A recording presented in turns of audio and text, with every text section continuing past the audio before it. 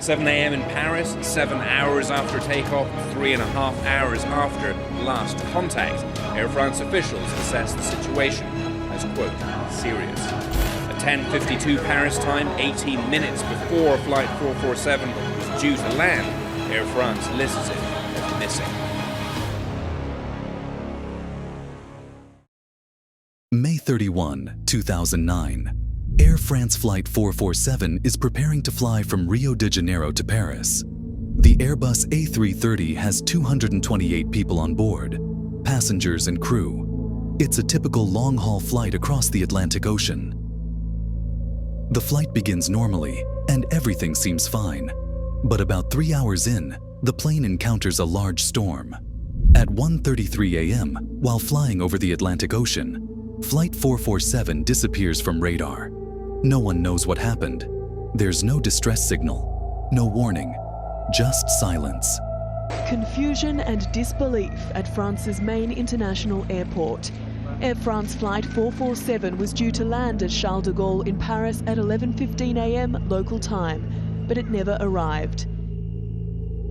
Search teams from several countries rush to find the plane, but the Atlantic Ocean is vast, and the wreckage isn't easy to locate. For days, nothing is found. It's as if the plane and all 228 people simply vanished into the ocean. 5 days later, searchers spot pieces of debris floating on the ocean's surface. This confirms the plane has crashed, but there's still no explanation for what went wrong. French investigators now say that Air France jet that crashed in the Atlantic Ocean last month apparently was still in one piece when it hit. But the cause of the crash may remain a mystery. Nancy Cordes reports. French investigators shocked the aviation community by declaring that Air France Flight 447 plowed into the Atlantic Ocean largely intact and belly first, instead of breaking apart in flight, as the wide debris field had led many to believe. For nearly 2 years, the exact cause of the crash remains a mystery.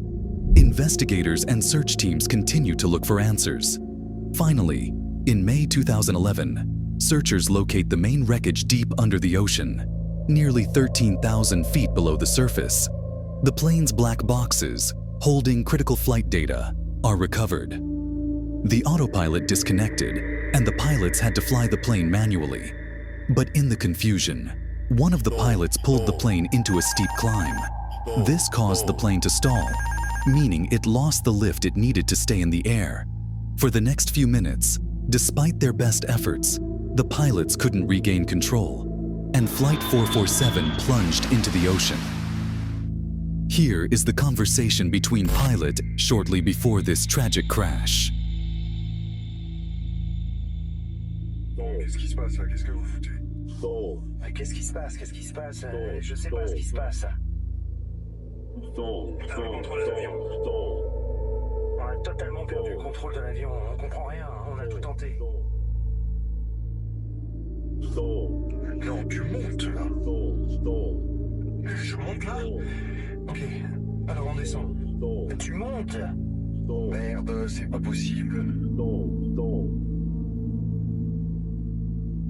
Ça y est, on va arriver au niveau 100 là. Remonte!